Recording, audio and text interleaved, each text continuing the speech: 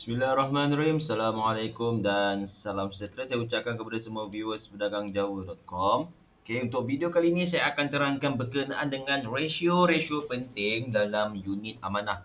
Jadi, kalau tuan-tuan dan puan-puan didatangi oleh unit trust consultant kan, diorang promote diorang punya diorang punya produk dan berikan penerangan. Ini adalah antara rasio-rasio yang penting ataupun perlu tahulah yang tuan-tuan boleh tanya kepada unit trust consultant. Okey, skop hari ini saya akan terangkan apa itu ratio dan beberapa ratio yang penting iaitu beta ratio, Sharpe ratio, information ratio dan juga expense ratio. Okey. Jadi apa itu ratio? Ratio adalah satu hasil ringkasan daripada formula matematik yang rumit. Dengan jawapan daripada ratio tersebut boleh bantu seseorang untuk ketahui prestasi sesuatu unit amanah. Contohlah paling senang sekali lah kan, dalam satu kelas kan. Ada orang yang pandai sangat, ada orang yang tak pandai sangat, ada orang yang tengah-tengah. Jadi kadang-kadang tu cikgu akan ambil orang yang tengah-tengah sebagai dia punya datum. Okey. Jadi daripada datum tersebut dia orang akan tahulah yang mana murid yang lemah dan mana yang murid yang pandai. Okey. Daripada situ cikgu tahulah budak-budak yang pandai ni tak perlu nak bagi fokus sangat dan dia orang boleh fokus kepada budak-budak yang lemah. Jadi itulah kepentingan ataupun cara macam mana kita nak apply ataupun manipulate penggunaan ratio ni lah. Okey. Dan ratio pertama kita akan tengok adalah beta ratio. Apa tu beta ratio? Beta ratio digunakan untuk mengukur kadar volatility sesuatu fund jika dibandingkan dengan pergerakan benchmark. Untuk tuan-tuan, untuk makluman tuan-tuan dan puan-puan, okey, kalau ada satu fund tu ditubuhkan, dia akan letak satu benchmark untuk mengetahui adakah susunan portfolio dia orang tu boleh orang kata outperform benchmark tersebut. So, jika dia boleh outperform benchmark tersebut, maka dia orang consider okey ataupun baguslah, kira mantap lah.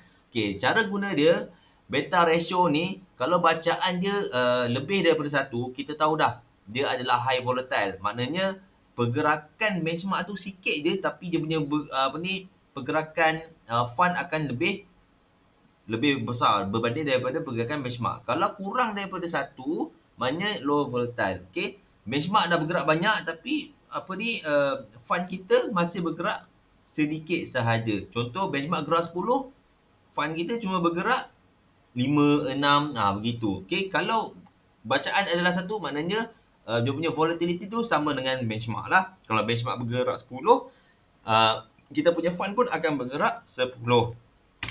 Seterusnya kita akan terangkan berkaitan dengan Sharpe ratio. Sharpe ratio adalah satu cara untuk ukur hubung kait antara risiko pulangan yang diberikan di dalam sesuatu unit amanah.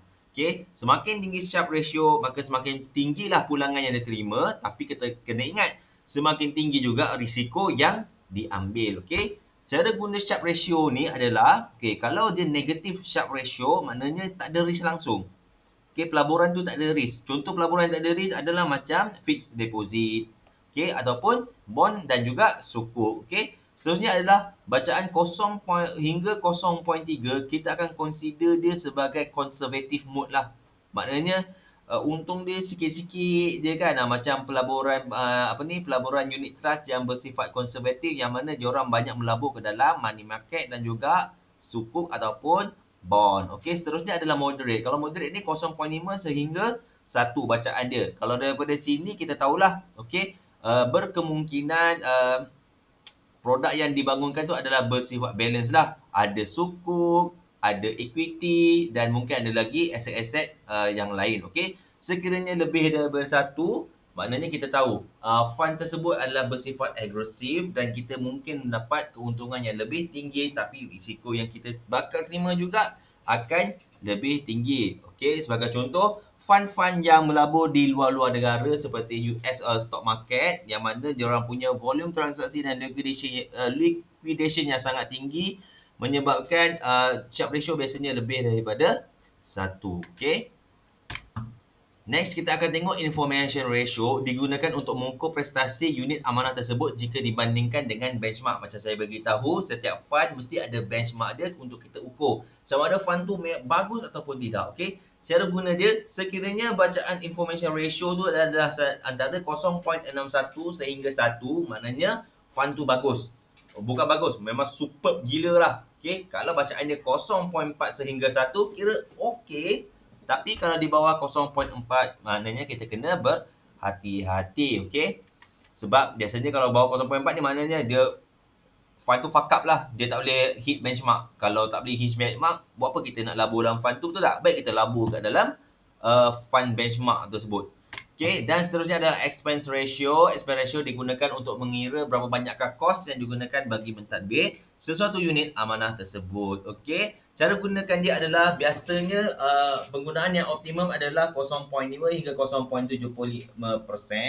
Okay, tapi kalau bawah 0.5%, dia kira consider low cost. Dan sekiranya berada di atas 1.5%, kita consider sebagai high cost. Okay, expense ratio ni kita kena tengok sama tak, tally tak dengan dia punya fund objektif tu. Kalau fund objektif tu bersifat agresif, tapi dia punya expense ratio dia 0.5 ke bawah, ada something yang tak betul tu.